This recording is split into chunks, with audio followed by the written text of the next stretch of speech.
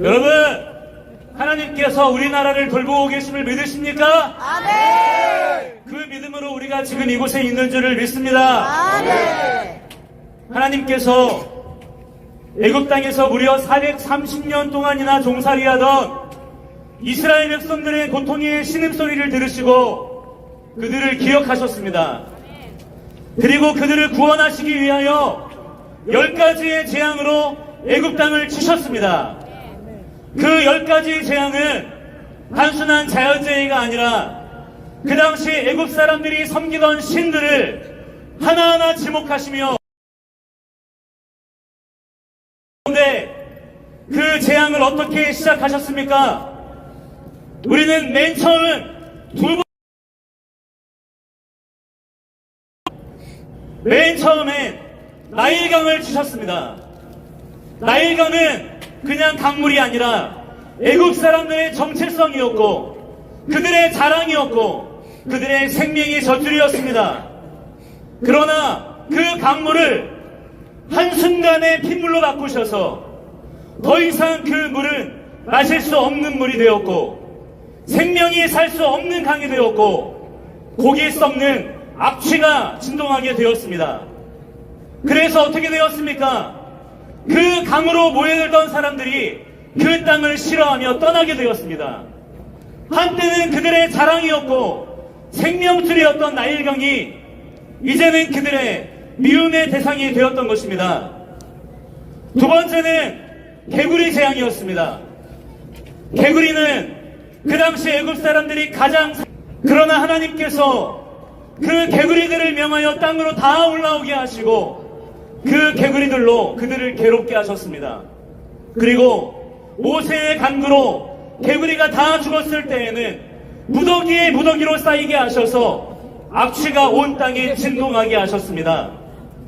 한때는 그들이 그렇게 사랑했던 신이었던 개구리가 이제는 그들에게 고통과 혐오의 대상이 된 것입니다. 이 두 가지의 재앙을 통해 하나님은 애굽 온 땅의 사람들에게 결과적으로 악취를 맡게 하셨습니다. 그들이 그렇게 의지하고 사랑하던 것들의 진짜 실체가 무엇인지를 알게 하신 것입니다. 지금 우리나라 가운데도 곳곳에서 악취가 진동하고 있습니다.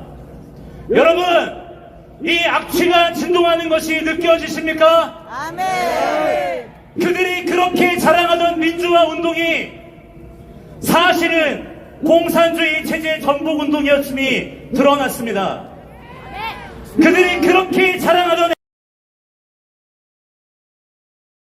대한민국에 대한 것이 아니라 중국에게 시시 하는 것이었음이 드러났습니다. 겉으로는 국민들을 위한다고 했지만 실제로는 국민들을 자기보다 열등한 존재로 여기며 검열과 고발과 탄압을 일삼고 있습니다. 대통령의 고유 권한에 따라 합법적으로 진행된 계엄령을 불법 계엄이라고 하더니 정작 지금 이 나라의 사법체계가 어떤 세력에 의해서 무너지고 있는지 온 국민들이 똑똑. 여러분, 우리가 지금 이 악취를 다 맡아야 합니다. 피하거나 고개를 돌리지 마시고 다 맡으시기 바랍니다. 그리고 지금의 이 악취와 고통을 기억하시기 바랍니다. 그래서 다시는 이러한 세력들에게 힘을 실어주거나 동조하거나 지지해서는 안 되는 것입니다. 지금 수많은 국민들이 그 악취를 맡고 이들의 실체를 알게 되어 그들 곁을 떠나고 있습니다. 수많은 10, 20, 30 세대들이 깨어나고 있습니다. 이 땅에 진동하는 악취를 통해서 시대적인 계몽과 변화의 역사가 지금 일어나고 있는 것입니다. 그런데 여러분, 세상은 이렇게 엄청나게 깨어나고 있는데, 세상은 이 악취를 다 느끼고 있는데 정작 코를 틀어막고서 고상한 척하며 여전히 세상과는 마치 상관없는 자들인 것처럼 무시하며 방관하는 수많은 교회와 목회자, 교인들이 있다는 사실에 저는 너무나 마음이 비통합니다. 아멘. 아니, 코를 틀어막고 있는 정도가 아니라 오히려 그들의 편에 서서 함께 악취를 풍기고 있습니다.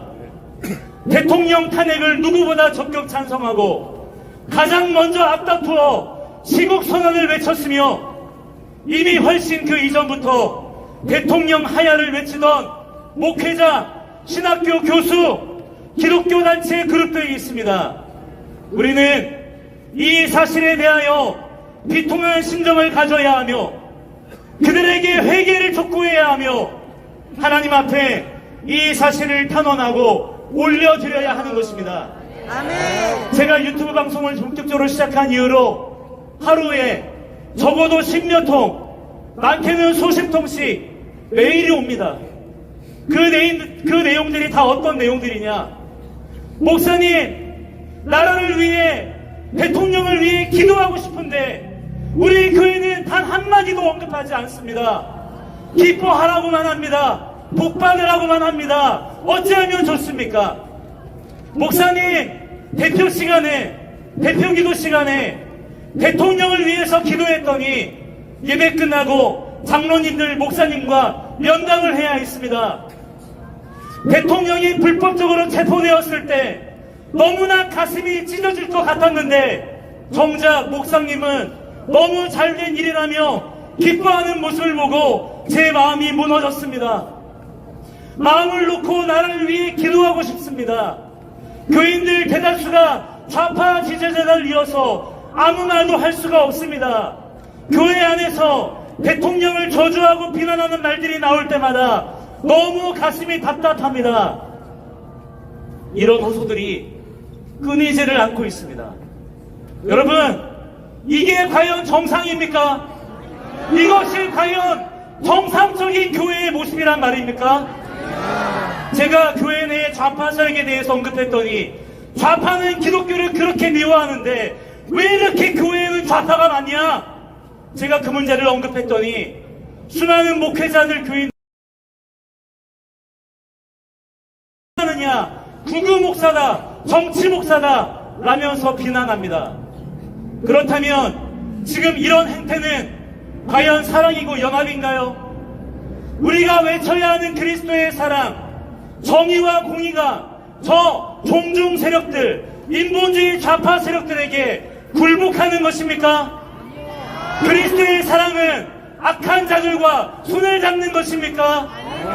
불의와도 타협하는 것이 연합입니까? 저는 그러한 생각에 절대로 동조할 수 없으며 신앙의 자유와 우리 자녀들의 인생을 위해서라도 끝까지 싸울 것입니다. 그래서 저는 이 시간 마지막으로 이 자리에서 한국교회 목회자들과 교인들, 신학교 교수들에게 촉구하고자 합니다.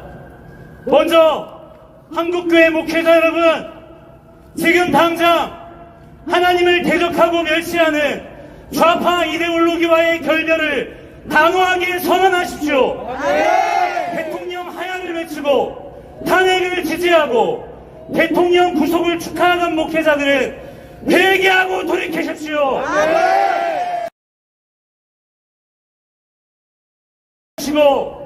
교인들을 교회 안에 자기들의 소유물인 양 가두지 마십시오.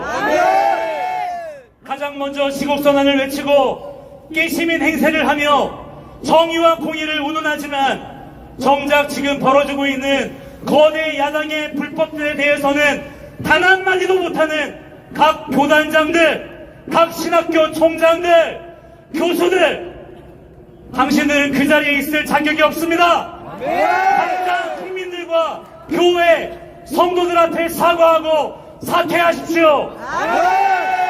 한국교회 교인, 성도 여러분, 진정 한 분 하나님을 섬기고 성경이 유일한 진리임을 믿으며 예수님이 만왕의 왕이심을 믿는다면 어떻게 민주당 저 반국가 세력을 지지할 수 있단 말입니까? 어떻게 저들의 한심한 선동질에 불안할 수가 있단 말입니까? 어느 때까지 정목이 신앙에서 머물러 있을 것입니까?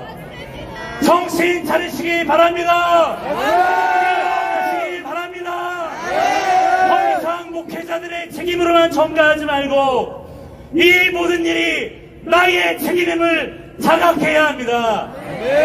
마지막으로 저를 따라 외쳐주십시오. 한국교회여 회개하라. 한국교회여 일어나라.